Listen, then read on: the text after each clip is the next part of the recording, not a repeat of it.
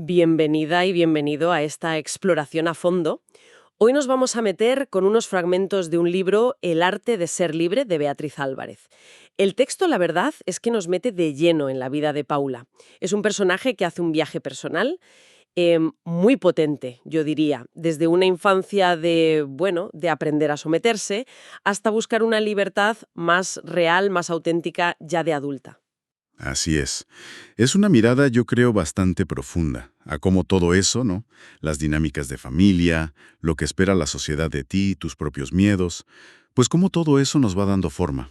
Pero sobre todo, y esto es lo interesante, explora si es posible y cómo empezar un camino propio.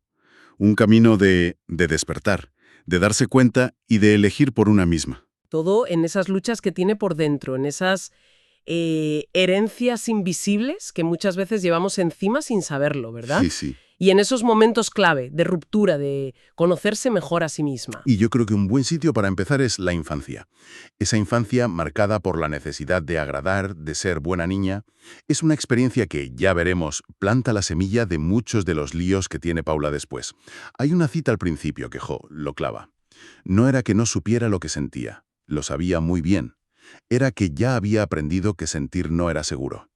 ¿Qué te parece si empezamos por ahí? Me parece una cita, demoledora para arrancar. Sí, el capítulo 1 nos pone con Paula a los 6 años ya metida en ese papel, ¿no? El de niña obediente. Aprende enseguida que el cariño en su casa, pues como que tiene condiciones. No des problemas, sé buena, calladita. El texto lo dice de una forma muy gráfica, creo. Su infancia no fue de gritos ni castigos duros, pero estuvo tejida de silencios, de expectativas invisibles. Exacto.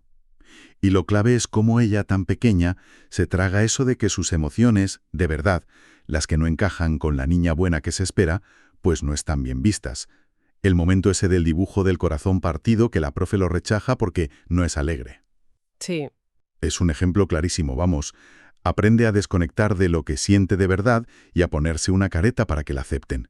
Y claro, el coste de eso a largo plazo es brutal, porque la aleja de su propia guía interna. y esa desconexión parece que conecta de lleno con lo que vemos en el segundo capítulo, la herencia invisible. Con solo 9 años, Paula empieza a fijarse, a observar a las mujeres de su familia, su madre Carmen, su abuela, y empieza a ver patrones que se repiten. Claro. Resignación, silencios que pesan, sueños que se quedaron en el cajón. Sí, y encima descubre historias familiares que le tocan mucho. La bisabuela que quería escribir, pero eso no era para mujeres. O la tía artista, que era como la oveja negra, ¿no? Y la familia la apartó un poco por ser distinta. Estas historias no son solo cotilleos familiares, ¿eh? No, claro. Son la forma en que se pasan creencias que te limitan, sobre lo que puedes o no puedes ser, o lo que se considera aceptable si eres mujer en esa familia. Y eso le crea una tensión interna, muy fuerte. Una mezcla de rabia por la injusticia y de miedo. La pregunta es, si soy yo misma, ¿estoy traicionando a las mujeres de antes? ¿O me arriesgo a que me excluyan, como a la tía? Es un dilema potente. Empieza a cuestionar esas normas no escritas, ¿verdad? Que están tan metidas dentro. Y se nota una rebeldía ahí, pequeñita, incipiente. Pero, como dices, el miedo a defraudar, a no encajar en el molde familiar, pesa un montón. Se ve en su diario cuando escribe eso de no quiero renunciar a mis sueños porque alguien diga que no valen. Pero, ¿por qué crees tú que ese miedo a fallarles es tan fuerte? Incluso cuando ya ve que hay otro camino posible. Es una pregunta, clave. Yo creo que el libro sugiere que ese miedo tiene que ver con algo muy básico, la necesidad de pertenecer. Para una niña, que te acepten en tu familia, encajar ahí, es seguridad, es supervivencia emocional casi. Entonces, romper con lo que esperan de ti, aunque sea para ser tú misma, se vive inconscientemente como una amenaza a ese lazo fundamental. Por eso la lucha es tan bestia. Entiendo. Claro, tiene todo el sentido. Y esa lucha, en la adolescencia, se pone todavía peor. Paula se siente rara, demasiado intensa, dice el texto, para la gente de su edad. Intenta, a la desesperada, ponerse la máscara de la normalidad, ¿no? Copiar a las compañeras para ser una más. Pero por dentro se siente vacía, falsa. Y justo ahí, en medio de ese lío, aparece Vega, una amiga. Y ese encuentro es un faro en la niebla, ¿sabes? Porque Vega le dice algo que le da la vuelta a todo. Tú no eres intensa, Paula. Tú eres profunda. Y eso no es un defecto, es un don. Qué bueno eso. Es que es fundamental. Le ofrece un espejo diferente al que tenía en casa o con los demás. Le da permiso para ser como es. Le viene a decir que el problema igual no es ella, sino el entorno, que no sabe cómo manejar esa profundidad. Es una validación potentísima, que choca de frente con la invalidación que había aprendido. Sí, pero a pesar de eso, de esa validación de Vega, parece que no es bastante para luchar contra la presión de fuera, ¿no? El texto nos lleva a otra máscara que se pone Paula, la de la chica correcta, que se detalla en el capítulo 4. Se convierte en la estudiante modelo, súper responsable, organizada a tope. Parece que busca controlar todo y que la valoren desde fuera a base de exigirse un montón. Exacto. Pero es una estrategia que tiene un coste oculto muy alto.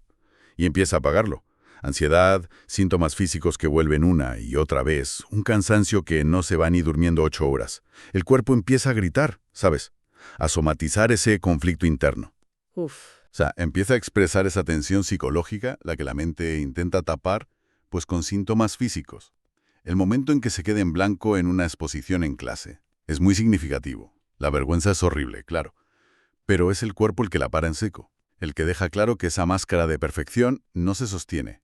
Y, paradójicamente, ese fallo es como una grieta. Ajá. Y por ahí empieza a colarse la posibilidad de aceptar que es vulnerable, que es humana. Y esa grieta se hace más grande a los 16 años. El capítulo 5 habla de una incomodidad que ya no es algo pasajero. Es un cansancio hondo, del alma, dice. La fachada ya no aguanta más. Y surge la pregunta clave. ¿Para quién estoy viviendo? De verdad. El cuerpo se vuelve la brújula total. Ese nudo en el estómago, la opresión en el pecho, las crisis de ansiedad. Paula empieza a pillar que no son fallos suyos, ¿sabes? Son señales. Señales urgentes de que necesita cambiar de rumbo. Ya no puede hacer como que no las oye. Y empieza, con mucho tiento, a hacer pequeños actos de resistencia. ¿Cómo qué? Pues atreverse a decir no a planes que no le apetecen. Dejar de justificarse todo el rato por estar cansada. Son pasos pequeños, pero marcan el inicio de recuperar su poder personal. Es como si el cuerpo, que es muy sabio, le estuviera diciendo, oye, escúchate de una vez. Y esa escucha la lleva a otro descubrimiento, que a mí me parece fascinante. El capítulo 6, el miedo a brillar. Porque no es solo el miedo a fracasar, que se lo conocemos más, no. Es el miedo a tener éxito, a destacar, a que te vean. Lo relaciona con peligro, la envidia, que te juzguen, incluso que te abandonen. Y lo conecta con un patrón que ha aprendido de las mujeres de su familia, Sí, que quizá aprendieron a hacerse pequeñas para sobrevivir. totalmente. El libro ahí toca una fibra, muy honda, y que se habla menos. Ese miedo a brillar puede paralizarte tanto o más que el miedo a fracasar. Y muchas veces tiene que ver con lealtades inconscientes, como dices. Si yo brillo, estoy como traicionando a las que no pudieron. Claro. O el miedo a que si te expones mucho seas vulnerable, a que te ataquen o te aíslen. Paula empieza a probar a mostrarse un poquito, comparte cosas que escribe, y descubre que ser vulnerable también puede crear conexión, no solo rechazo. Pero vamos, que da el paso con un miedo que te mueres. Y ese miedo, pues, no es ninguna tontería, porque mostrarse tiene consecuencias. El capítulo 7 se llama La herida del rechazo. Al empezar a ser más ella misma, a quitarse las caretas, algunas relaciones importantes, pues no lo aguantan. El ejemplo más claro y más doloroso es la ruptura con Clara, su amiga de la infancia. Experimenta ese duelo de que te rechacen no por hacer algo mal, sino simplemente por ser tú. Es un peaje doloroso, sí.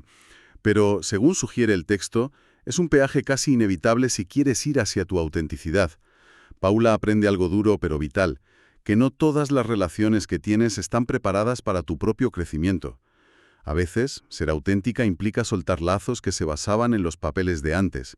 Y esa pérdida, aunque duela un montón, también deja espacio. ¿Espacio para qué? Espacio para encontrar otros sitios, otra gente donde sí puedas pertenecer siendo tú de verdad.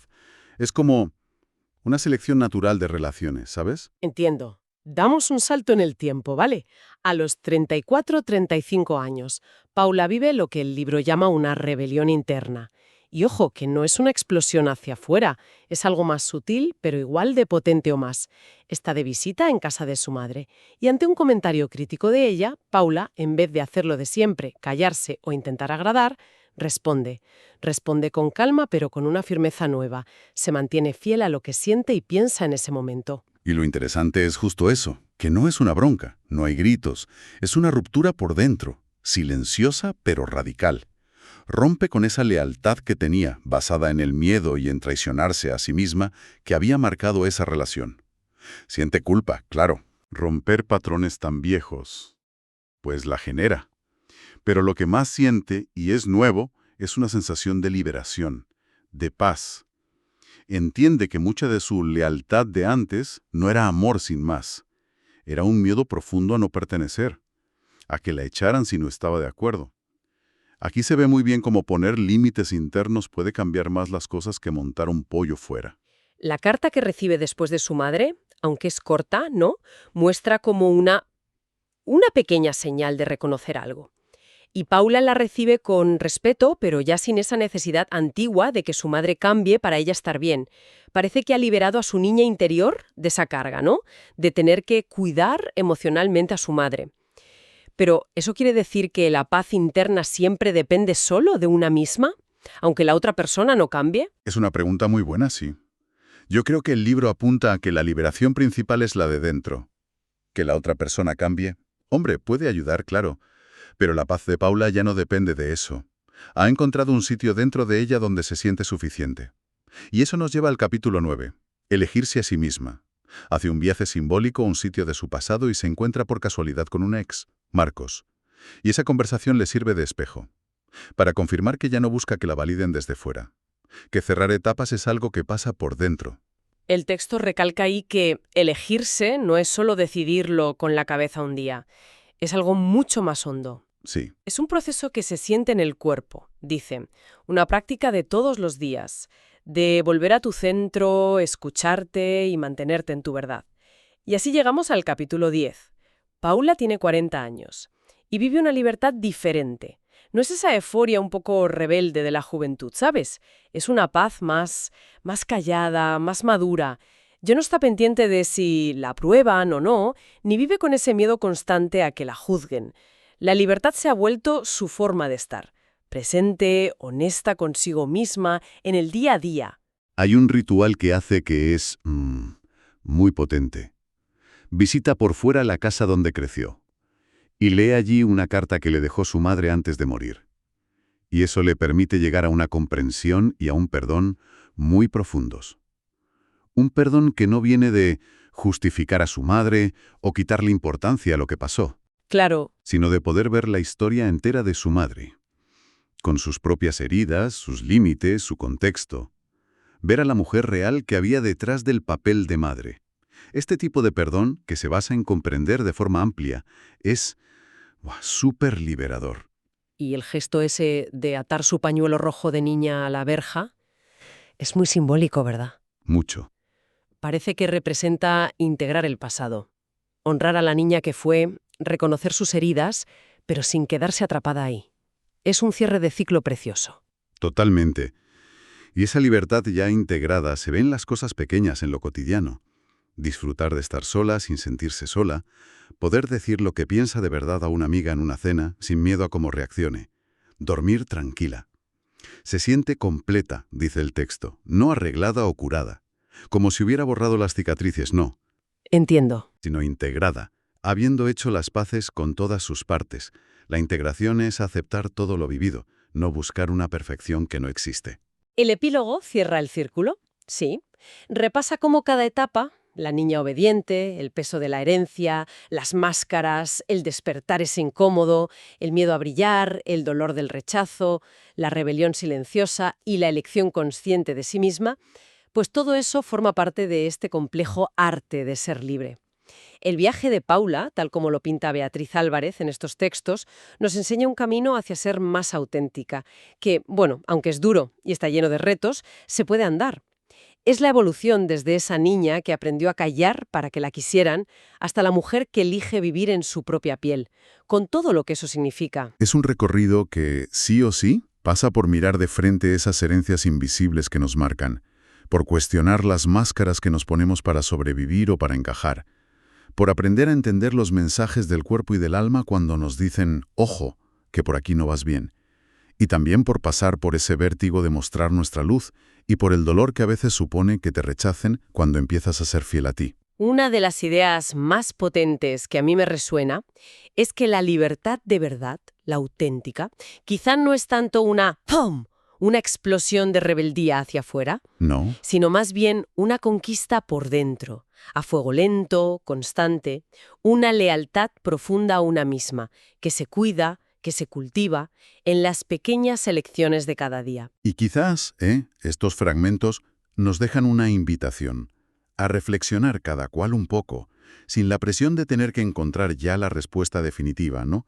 Simplemente dejar que resuenen preguntas como ¿qué patrones heredados, igual sin darme cuenta, podrían estar influyendo en cómo estoy yo en el mundo, en mis relaciones? ¿Qué máscaras uso a veces para encajar o para protegerme? Y sobre todo, ¿qué pequeño gesto de fidelidad a mi propia verdad, por mínimo que parezca, podría empezar a practicar hoy? A veces, un pasito pequeño en esa dirección puede marcar una diferencia enorme a largo plazo. Sin duda. Una exploración fascinante sobre el complejo y a veces doloroso, pero también muy liberador, arte de ser libre.